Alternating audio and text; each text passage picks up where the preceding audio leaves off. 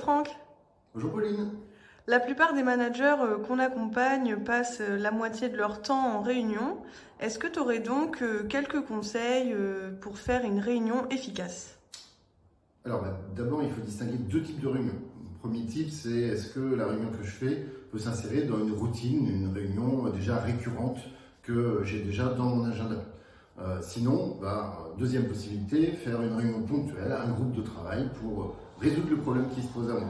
Après, c'est bien poser le problème. Quel résultat j'attends de cette réunion? Quel doit être le livrable à la sortie de la réunion? D'accord, donc ça, le livrable, c'est vraiment important.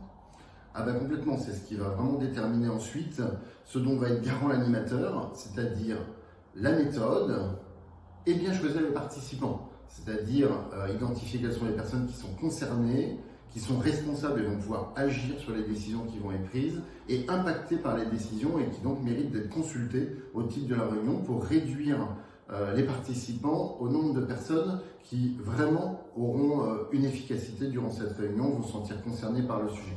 D'accord. Qu'est-ce qu'il faut penser en amont d'une organisation de réunion? Alors, quand on a déterminé les participants, quand on a déterminé l'objectif, ne pas hésiter à leur faire un petit mail personnalisé pour leur dire pourquoi est-ce qu'on les a choisis pour cette réunion et qu'est-ce qu'ils doivent préparer pour la réunion, quelles sont les données avec lesquelles ils doivent venir et bien leur clarifier quel est l'objectif pour qu'ils y réfléchissent à l'avance. Ensuite, il faut toujours donner une heure et une fin de réunion et s'y tenir absolument.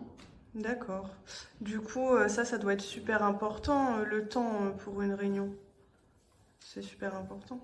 Quelquefois, on ne donne pas d'heure de fin, du coup, c'est pas très respectueux de l'agenda en matière de gestion du temps, que les gens puissent vraiment se dire, c'est une réunion qui va durer 30 minutes, au moins, je sais que ça va être court, que ça va être efficace. Dans tous les cas, évitez les réunions de plus de 45 minutes. On perd l'attention des gens et là, ça commence à devenir inefficace. Ok, donc 45 minutes max. C'est ça.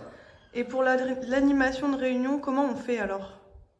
Alors pour l'animation, là, il y a plusieurs possibilités, mais dans tous les cas, il faut éviter de multiplier les rôles. L'animateur, il est vraiment garant de l'objectif, de la méthode et du temps. Donc moi, ce que je conseille, c'est de nommer un timekeeper, c'est-à-dire un gestionnaire du temps, quelqu'un qui va nous rappeler régulièrement l'écoulement du temps pour être sûr de bien tenir le temps. Deuxièmement, un secrétaire, un script, qui lui va tenir un relevé de décision, va au fur et à mesure noter ce qui est décidé par le groupe. D'accord. En tout cas, l'animateur doit éviter d'intervenir sur le fond. Ou alors, s'il le fait, il le fait, mais après que les participants se soient exprimés. Ok. Mais du coup, c'est vraiment pas facile de savoir si on est un bon animateur. Est-ce que tu as des conseils pour s'améliorer dans ce cas? Oui, parce que quand on est pris par son animation, effectivement, c'est pas évident de s'auto-évaluer. Moi, ce que je conseille, c'est de demander à un des participants de nous auditer.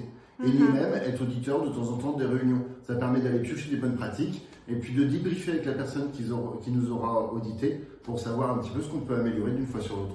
Ah, c'est cool ça. Merci beaucoup, Franck. Tant pis, Pauline.